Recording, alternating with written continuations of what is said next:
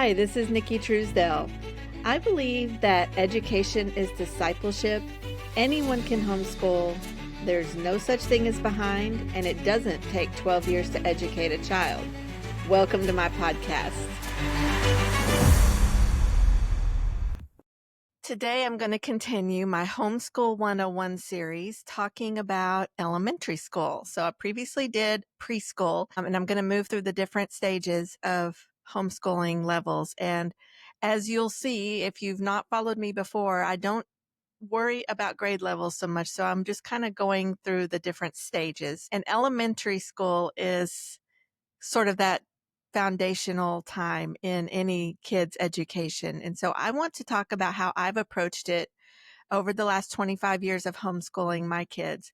I now have 3 grown-ups who graduated from homeschooling, and my 2 youngest kids are in high school right now homeschooling. And so I learned a lot over the elementary years, and I want to share that with those of you who are just starting out, or maybe even who need a change and just want to maybe fix some issues in your homeschool. I want to share what I learned. And one of the very first things that I learned in homeschooling elementary school is that these early years should be slow and steady and should consist of short bursts of educational time with a lot of free time, play, conversation. Focus on the basics. And that's what we're going to talk about today, how to focus on the basics and still let children have a childhood. So I began homeschooling with my very first daughter. Her official kindergarten year was in the year 2001. And so I started like most parents will. I thought of what I knew from public school. Even though I'd been homeschooled, I still went all the way back to my public school elementary years and tried to recreate what was happening in those classrooms. And I'm sure I'm not the only one. You're probably listening to me right now, and many of you have done the same thing. But it didn't go well. I realized quickly that I couldn't copy the public school in our home. Even if it checked off all the boxes, it still was not a natural fit in a home with a mom and a daughter. And so we had a lot of trial and a lot of error and some tears. And that whole first year of kindergarten was a learning process for me. And unfortunately, my daughter was the guinea pig for that, but she survived. I'm happy to tell you. And so I started trying to learn more about homeschooling outside the public school method. And over the next couple of years, I started to read from more homeschooling authors. There was a little bit less to choose from as far as how to homeschool materials, but I read some great books by Sally Clarkson. I used to go to all the homeschool conventions, and that's when Sally Clarkson was speaking at them, and I would buy her books and even buy the cassette tape recordings of her workshops, which were just so valuable to me. Also, Ruth Beechick, who talks a lot about how to easily teach your children in a much more relaxed manner than many people imagine. Mary Hood, who many of you might have heard of as the relaxed homeschooler. She's passed away recently. And also Chris Davis from the Elijah Company. This is very old school, but there was a magazine or it was actually a catalog of homeschooling products, but within that catalog were tons of articles about homeschooling, thinking way outside the box and just treating your students as people and not elementary school students. And I learned so much from all of these different authors about how to approach education in a very different way, and realizing that with homeschooling came so much freedom to just rethink education, really. And that's where I began learning the things that I talk about now. So this began over 20 years ago in our home. So over that time, once I started learning these things, our homeschool style became a mix of whole book Charlotte Mason methods with a little bit of classical education. And if you're not familiar with the lingo, I encourage you just to do a little bit of research. But Charlotte Mason is more of a relaxed, read a lot of books, do a lot of outdoor observing, read great authors and copy their work. Very laid back kind of education that still focuses on the important things. Classical education, on the surface, feels like a very opposite kind of education than Charlotte Mason, but there are many people that have found a mix. And I didn't set out to become a classical slash Charlotte Mason homeschooler, but over the years, I realized that's kind of the two styles I was blending. And so what I'm going to share with you today is what that looks like in practice. So, there are a couple things that you should know about my homeschooling philosophy. One is that it does not take 12 years to educate a child. I have a lengthy blog post about this. And in fact, my next book is also on this topic. But in homeschooling, it's so much better if you throw out the K through 12 idea and stop trying to copy the methods of the public school system. Also, grade levels are not important for homeschooling. Grade levels are important for government bureaucrats and for mass schooling, but they don't really matter for parents and their children at home. And then you can actually homeschool with a mix of relaxed and rigorous education methods. You can blend those two. And so those are about the three things that you should know about how I approach home education, things that I've learned over the last 25 years and that have, I believe, proven to be very successful. So let's talk about elementary school at home. I think the elementary school at home should go back to that old 3 R's method, reading, writing, and arithmetic. It's funny that something talking about education would actually misspell words like reading, writing, and arithmetic, but it makes sense. And so when you realize that elementary school children can get a solid foundation with just those three subjects as their core curriculum, you realize once they build that foundation, everything else comes so much more naturally. And so, a great reading for this topic is the 3 R's series by Ruth Beechick. And I will link all of the stuff in the episode description below. But she wrote these they're like booklets, really. They're like pamphlets, but little short books on the 3 R's and an easy start in home education. And it really just helps you to see how simple it is to give your child a strong foundation. So I do believe that when children learn to read, to write, and to do mathematics, they have the foundation for all knowledge. And so these are the only things I focus on in elementary school. And like I said, I didn't start out this way. I learned over several years. But one thing about my family in particular, if you've probably heard my story or read it somewhere, when my two daughters were 2 and 6 years old, we left our home and I left an abusive marriage.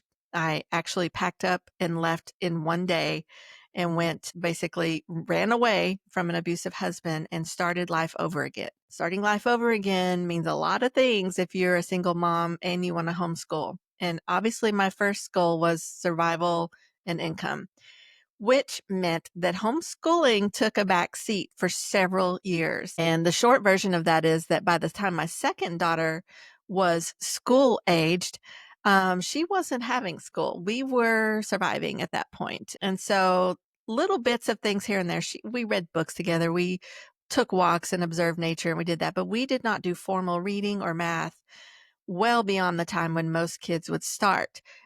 And I've written about this in my book, Anyone Can Homeschool. It's on my website.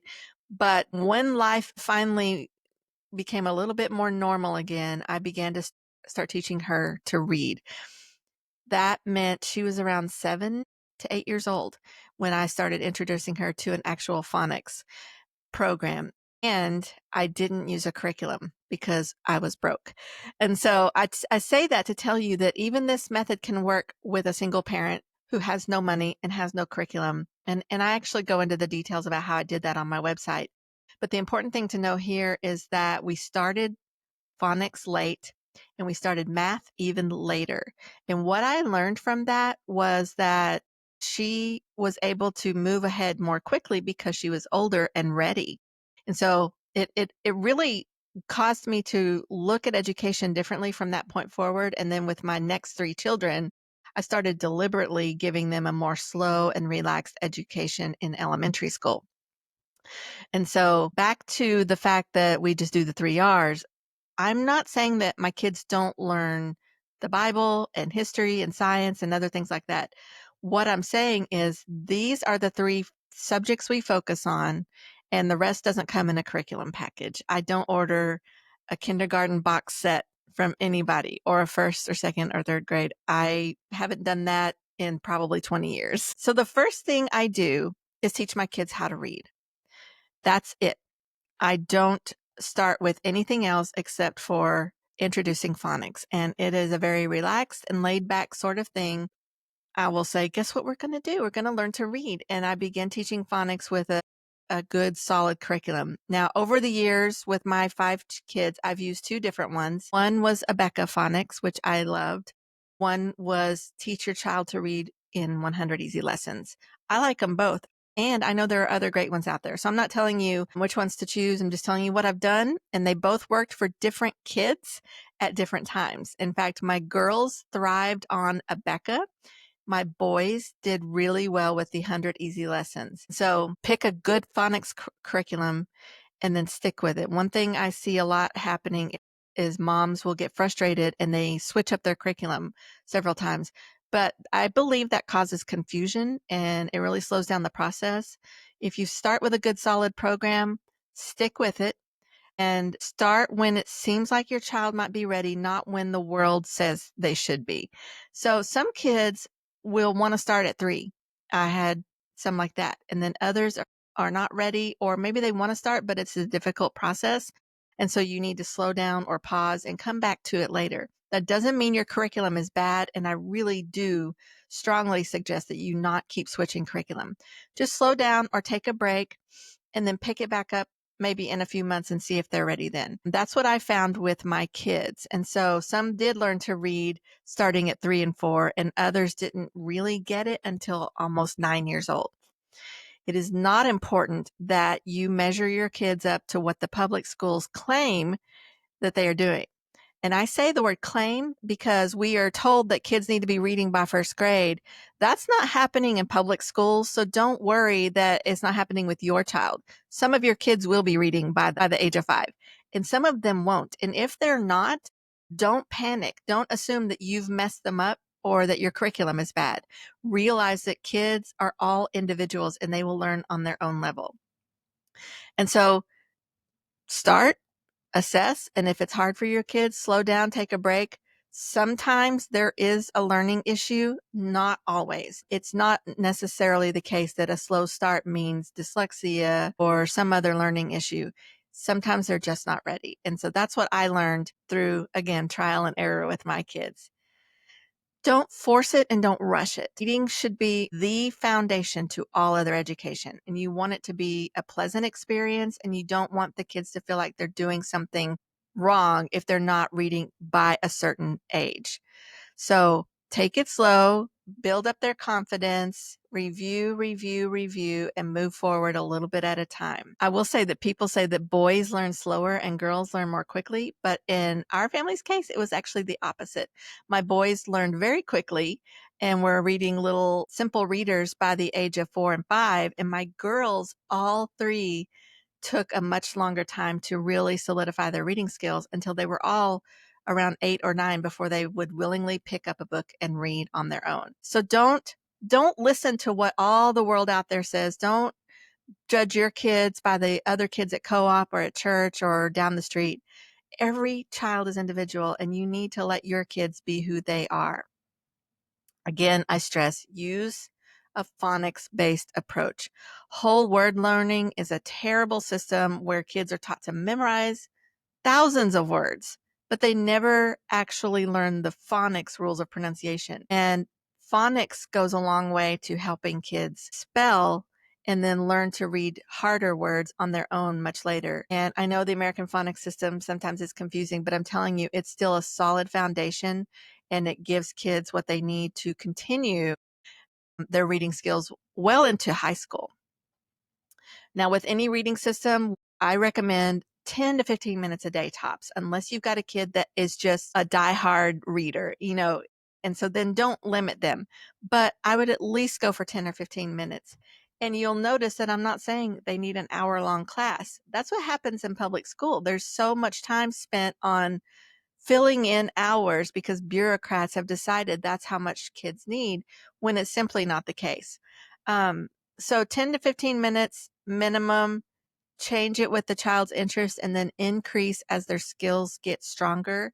and they are more confident in their ability to read.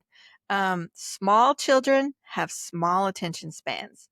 Don't overdo it. Don't cause reading to become something that they dread. In fact, cut it short before they're ready, and then they'll be happy to stop and pick up again tomorrow. It gives them a sense of accomplishment. So, as I said, reading is the first thing I focus on. And starting with my third child, I deliberately only started with reading.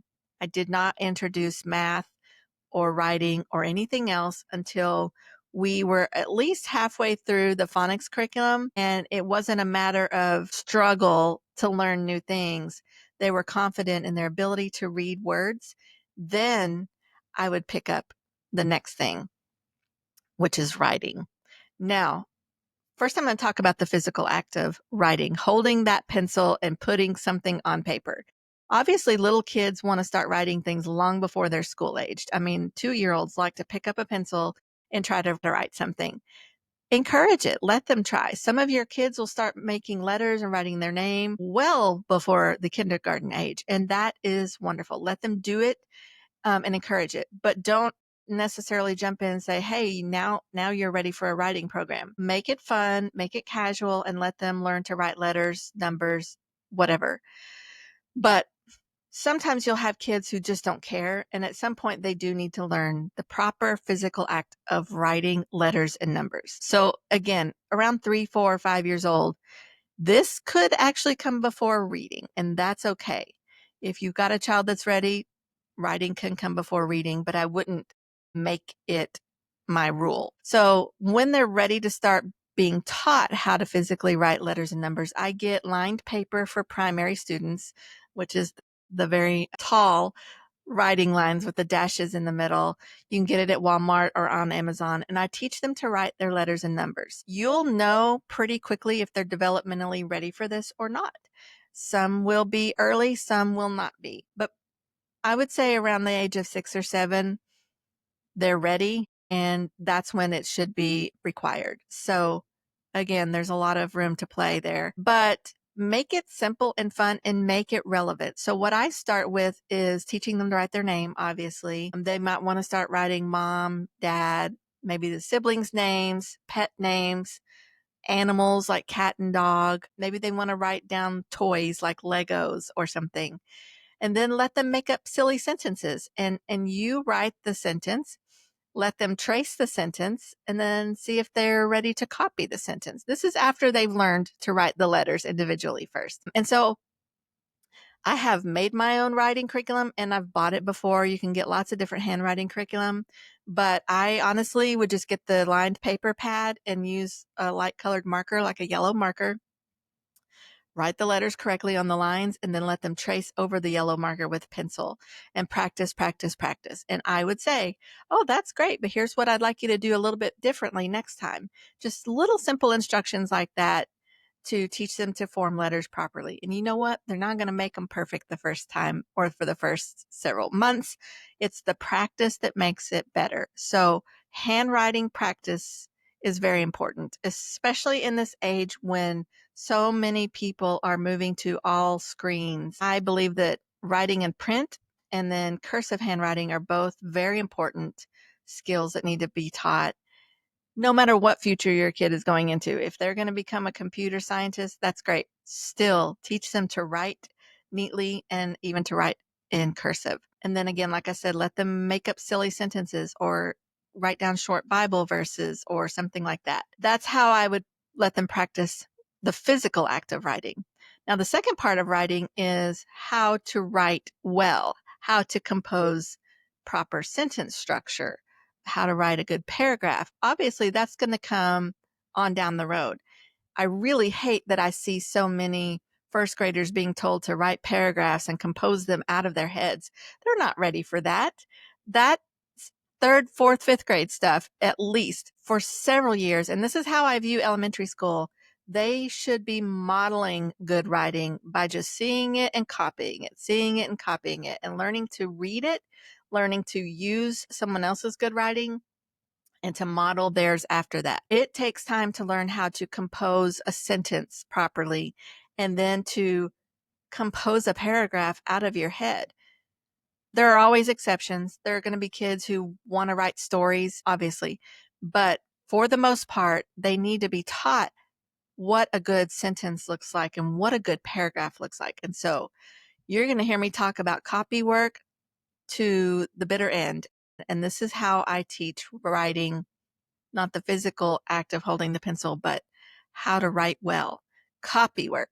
It's free, it's easy, and it's very effective. So if you're not familiar with copy work, I'm going to tell you the short version, but I'm going to also link you to a blog post where I explain it fully. But basically, it's exactly what it sounds like. You are letting your children copy someone else's writing, whether that is a Bible verse or a line from a good book, or maybe they copy something you wrote as your children grow older. I use this from elementary school all the way to high school. And so it varies all over the years. You can let them copy from a storybook.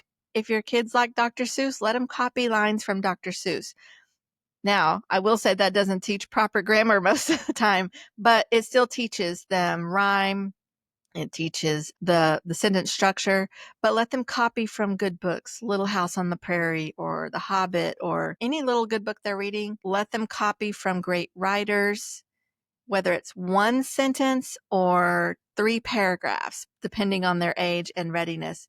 What this does is show them by copying someone else's work how a sentence is structured, where to put punctuation by using it repeatedly, where the capital letters go by using them repeatedly, how to spell words properly by seeing them and copying them down and using them repeatedly. And it goes on. And it also teaches vocabulary because they're going to encounter words that they don't know. They're going to see that word. They're going to write it down. And this is a good time to say, do you know what that means? You don't need to make it into a whole course. Do you know what that word means? Oh, let me tell you. If you want to turn this into a dictionary lesson, you can do that too. But it's so simple just to use someone else's work to teach sentence structure, grammar, capitalization, punctuation, vocabulary, and how to form sentences, how to use descriptive words, how to use an exclamation point, and over how to indent in a paragraph. There's so many things that when they are reading and writing and copying those methods, it's just cemented in their brain. And it seems like it's not schoolish. It seems like it's not an academic way to teach.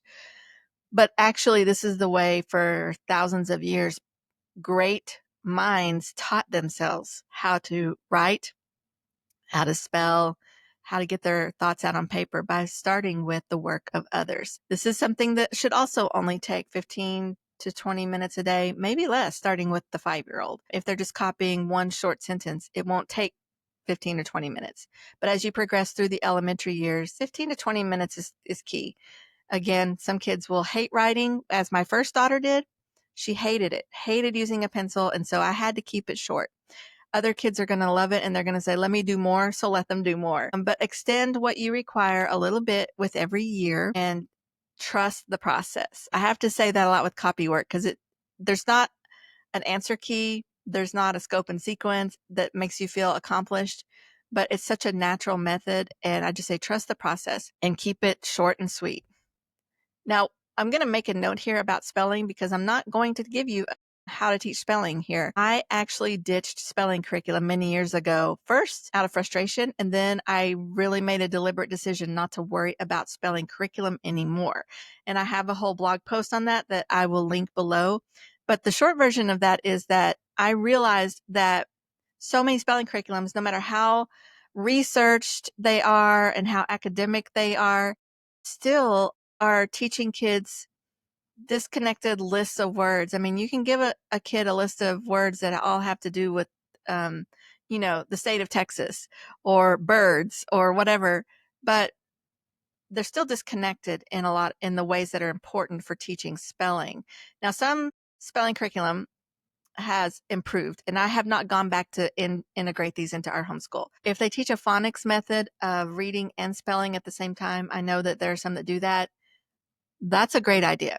But in our family, we stopped using spelling curriculum altogether. And what we focused on was consistent reading, consistent copy work, and then practicing the obviously difficult words. You can read more about that in my blog post, but I will tell you that readers are better spellers and writers are better spellers. Seeing the words and using words constantly, it just cements that into their minds. And if they come across words that they don't know how to spell and they need help, then you stop and help them spell those words. Maybe go back to the phonics rule, remind them what they learned, and then encourage them to copy that word down a few times in a notebook until they've got it.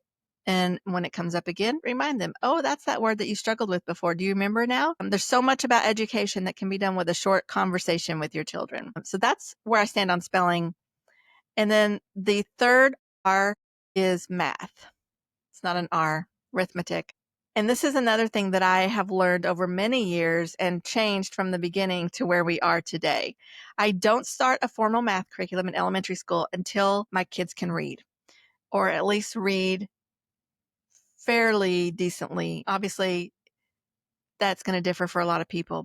My um our homeschool has evolved to the point where math starts around 8 or 9 years old. And I know a lot of people are gasping and thinking, oh my goodness, what is she doing to her kids? But I really want you to think about math. Delayed math is actually good for kids in a lot of ways. And it's also so much easier on a homeschooling parent, especially if you have more than one kid. Now, math is not just what happens in a workbook. So obviously, kids learn to count very early, usually around the age of 2, sometimes before that. 2, 3-year olds, they're already learning to count till 10. They're learning how to do it with their fingers. They can count toys. So math starts very informally without a textbook long before school age. And so what I encourage is lots of normal, everyday, real world number practice. And I talked about that in my previous podcast in the series on preschool. Counting, talking about numbers, using objects all over the house to count. A lot of kids will start learning how to count by 2s and 5s and 10s before they ever get a math book. They will even understand the concept of adding and subtracting just by using objects around the house. And so what I'm trying to say here is that you don't need a math curriculum, even if your kids are starting to really get good at numbers.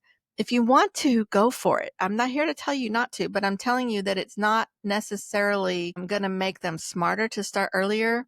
What I actually found is that starting my kids a little bit later, somehow they picked it up faster. Maybe because their brains were a little more developed, they were a little bit more ready to understand the concepts. And so it started back during that time when I was a single mom and we were in survival mode. My daughters both kind of had a delay. My daughter, who was already had started homeschooling, we paused a lot. And then my second daughter had a long delay in getting her education started. But it didn't matter with the reading and with the math. It didn't matter because by middle school, she was right where she needed to be and on level with what people would consider a middle school student. It didn't hamper her in any way. She actually picked up that math book and went through it much more quickly. And so then I started deliberately doing that with the rest of my children, and it was the same thing. It moves faster when they're older. And so I'm going to share a more lengthy blog post about that in the description down below. But what I want you to understand is math is not about grade levels. It's about mastering concepts that build on each other and then putting them into use in everyday life. We call those word problems now. So first they add, then they subtract, then multiply, then divide. Then they use all those together, and then they start putting them into practice with fractions and then with decimals. Those 6 concepts make the foundation for all mathematics, and it builds on everything they're going to learn throughout the rest of their school years. And you notice I just mentioned 6 kinds of math, but what we do to kids is we spend about 8 years learning 6 different math concepts when they can learn those in 6 years or even less. That's why I say it doesn't take 12 years to educate a child. And this is why I use Math UC math curriculum, because each of their books is a concept. The first one, Alpha, is adding, and it goes on from there. Each book is its own concept till they have a book about division, and then there's a book on decimals and percents. And so it makes so much logical sense to me, and it doesn't take K through 8 to get all of those done. So help your kids to understand the concepts. Spend time making sure they understand their facts, that they memorize math facts, and then put them to use in the word problems. And then they'll start to see how those things are important for everyday life. Some kids, again, as with all other subjects, will speed through and others will need to take it slowly. That doesn't mean that they never think about numbers. It just means that they are having to take the numbers that they learned all the way from preschool and put them into real world instances. And I would like to also say that there's so many things that you don't even need to use the curriculum for. I say use these two examples a lot: time and money. Learning to tell time doesn't need a worksheet, honestly. Learning to count money doesn't need a worksheet. In fact, I teach that long before they start getting into those concepts in their math books, and I skip those pages in the math books because it makes so much more sense if you look at the clock on the wall or if you put a pile of coins on the table. Give them dollar bills and let them count them. Give them an amount and say, show me $4.67. It's so much more fun with the real thing. I don't even buy play money. Just get some cash, some coins, and show them how the real world works, and then play store with it or whatever you need to do. These are all done without workbooks. And they also can learn how to look at a calendar and memorize the days of the week, the months of the year, look at a calendar and understand how that works. Use the actual calendar. You don't need a workbook for that. So you can see how there's so many things you can skip.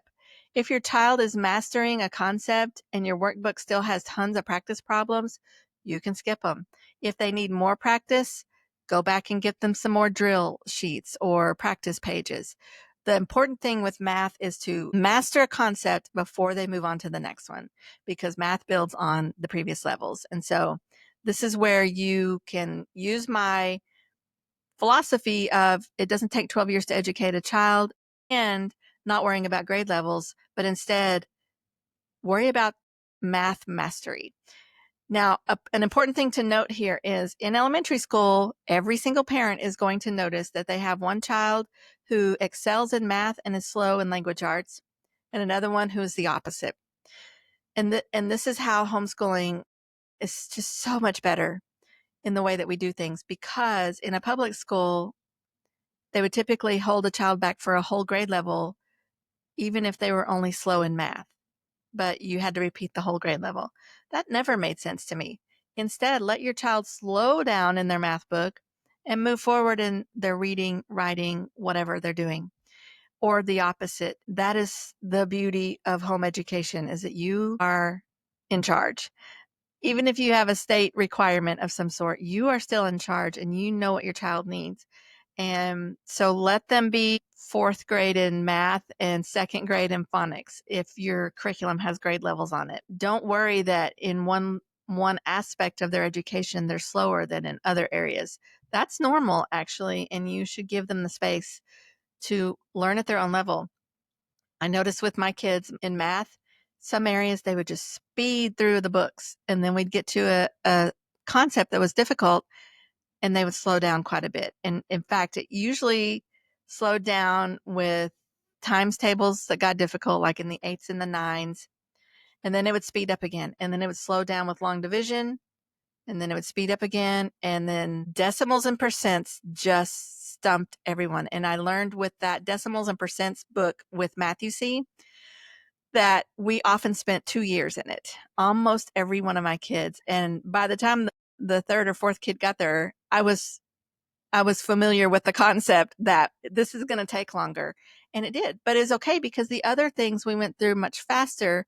And thankfully, Matthew C books don't even have a grade level on them. So it doesn't matter. You're just in this book and then you're in the next book, alpha, beta, gamma, delta. And so the rest of it didn't matter. I just want to encourage you that if you've got someone who's slow in something, there's a reason for it. Take the time, make sure they're understanding, let them do half lessons or slow down or skip a day to rest their brains, and then pick it back up. Just keep moving forward, but don't panic. And I say again, you don't necessarily have to ditch the curriculum you're in and switch to a new one.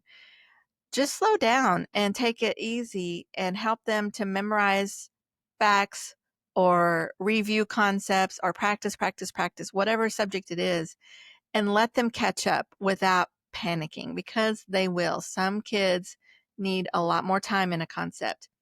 What I learned throughout all these years of everything that I just talked about is that by about 10 or 12 years old, everyone knows how to read, everyone knows how to write, and everyone has those at least 4, maybe 5 or 6 basic years of math down. And then you're ready to start building on that. But these elementary school years are the foundation, and you don't want to rush through in a panic or compare your kids to everybody else. Look at your own child. Act as if they're the only one in the world, even if you've got 10 of them. These are the kids that you're responsible for, and they should have a solid foundation. And elementary school is where you lay that foundation in those 3 R's that are so important. So at this point, you might be thinking, well, what about all those other subjects like history and science and Bible and literature? You're probably wondering, if she doesn't teach those, what kind of education is happening? Here's the answer: books. Lots of reading books together. In our homeschool, we don't avoid history and science and literature and Bible in the elementary years. Not at all. What we do is lay the foundation with the 3 R's and spend a lot of time enjoying good books together. And so that means first, I'm reading aloud to kids who are not able to read yet. And that will be with beautiful picture books or silly books that they love, simple, maybe abridged versions of classics, and historical fiction and nonfiction, all kinds of books. And I said in my preschool podcast that you should start collecting books for a home library. I'm going to say it again. You can go to the public library, but the choices are getting a little more questionable these days. And there's so many wonderful books out there that you can use to give your kids a really strong foundation in all these other subjects, in history, in science, biographies, literature, just the whole world that has gone before us, with good books. If you're wondering about some titles, I actually have a page on my website that's dedicated to book lists. And so you can go there and find a lot of recommendations that I have. And I'm always adding new book lists to that as well. So whether you go to the public library or collect books of your own, read, read, read. Go outside and observe nature. Again, this is what I talked about with the preschool years, and I encourage you to continue living life this way through elementary school. Let your kids ask questions, look up answers in books or even online, find a good documentary that teaches something. I'm not saying you don't use a curriculum. I'm saying you don't have to, and it really does make this time of elementary school so much more natural, so much more relaxed and laid back. And as the parent, you're going to appreciate that more. I see so many questions online from parents who are burnout or struggling to get everything done in a day. Essentially, what it comes down to is they have a lot of curriculum that they're trying to get through, and it's almost impossible. It's impossible. You are not a public school teacher. You're running a one-room schoolhouse, and you're trying to also be the cook and the house cleaner and the bill payer and whatever else your job is. You can streamline education and still make it very rich and foundational for your kids with the 3 R's and a lot of good books. Another thing you can do is go to museums, read biographies about great people in history, watch short documentaries, celebrate the holidays on the calendar.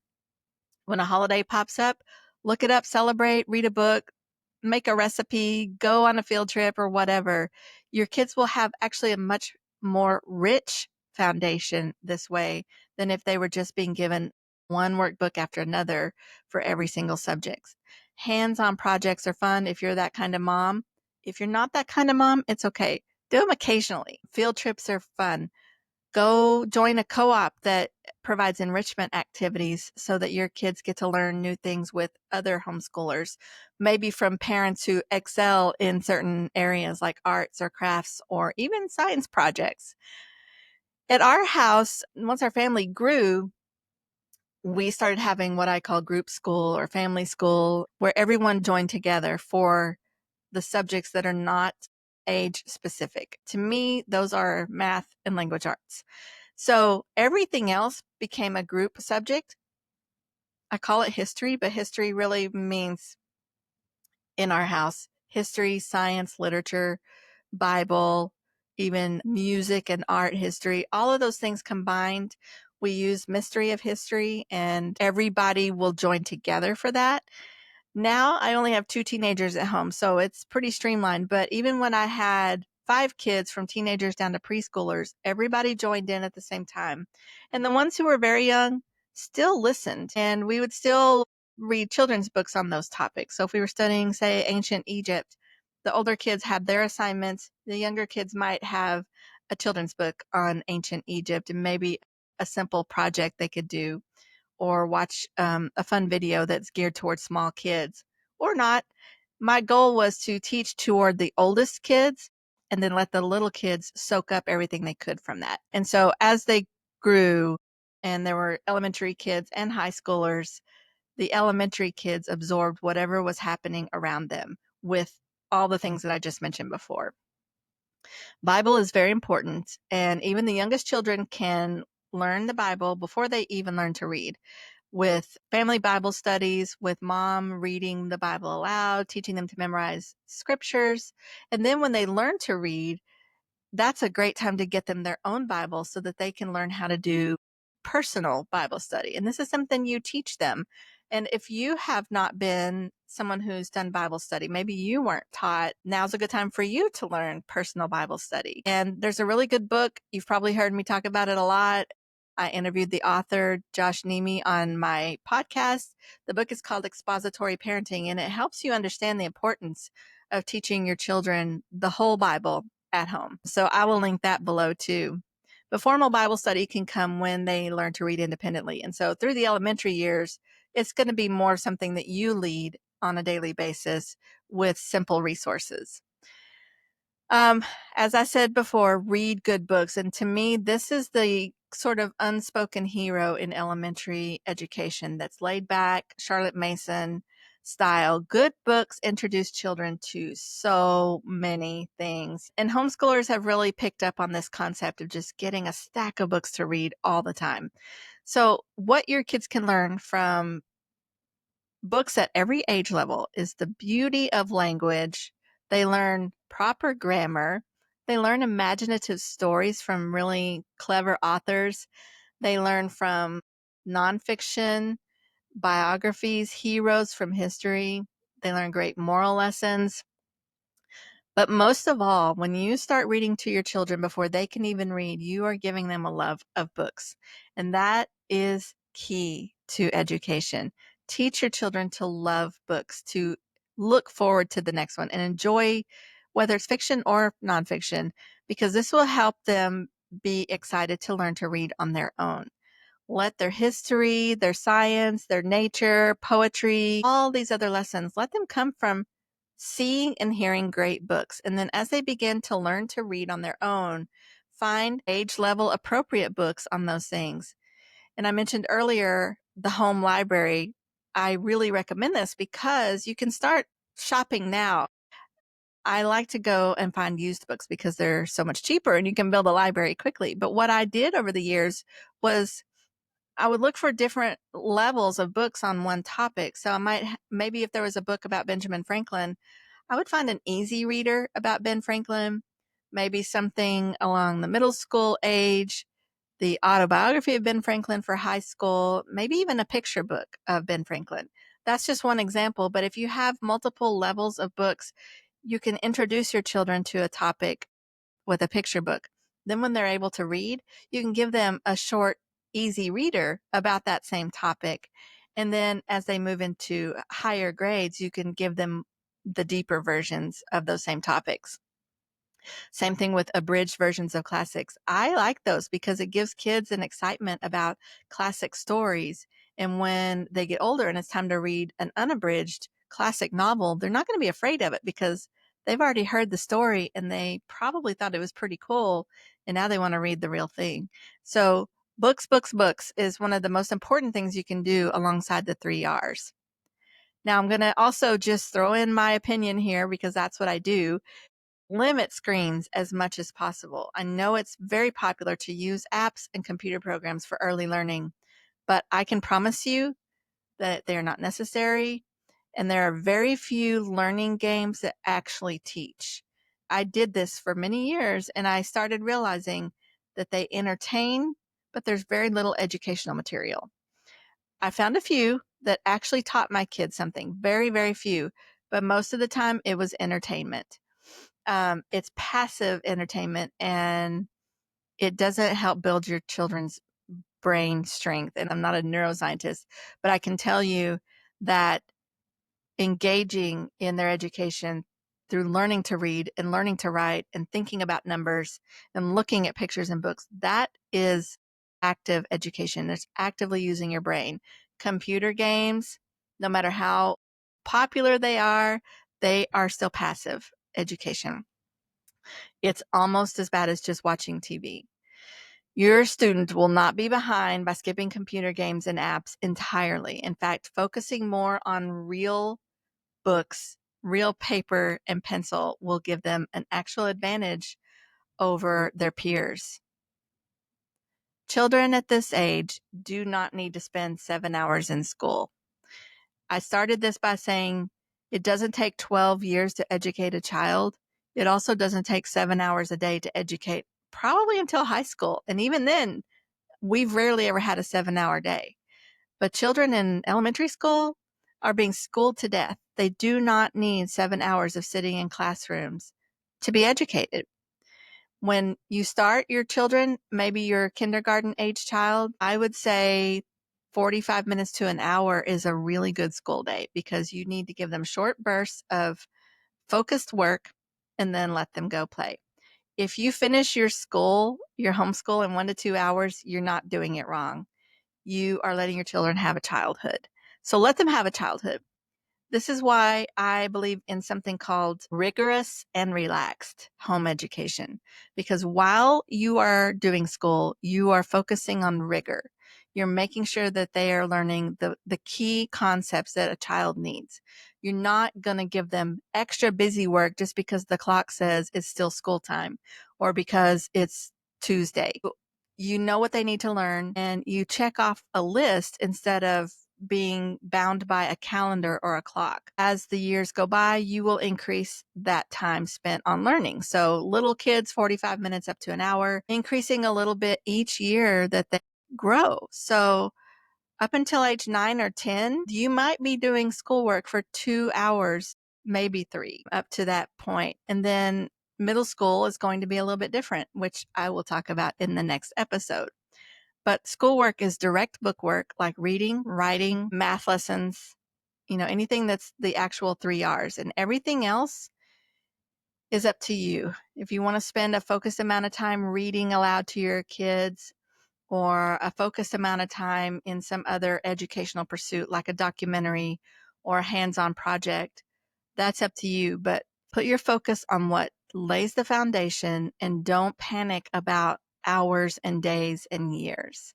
Give your kids a solid foundation in the 3 R's during elementary school and let them enjoy their childhood. I want to just say that there are going to be a lot of links in the description to this podcast for everything that I talked about. And if you have more questions or you would like some personalized advice, I do one-on-one homeschool consultations. And I have worked with a lot of parents who are trying to figure out a schedule, or maybe what's going to work in their house, depending on the size of their family and the ages of their children. I'd be glad to do that with you. My consultations, I can do 30 minutes for $29, and I do an hour for $49. And you can just go to nickitruesdell.com/consultations, or click on consultations in the menu and book your appointment. It's affordable, it's fun, and I will follow up with emailed notes to help you put some of that into practice. And if you're new here, check out my book, Anyone Can Homeschool. It's on Amazon, Audible, and Kindle. It's a short read, and I think it'll encourage you no matter what stage of life you're in. Thank you for listening, and join me next time when I'm going to talk about middle school. Thank you for listening to my podcast today. If you want more content like this, you can go to my website at nickitruesdell.com.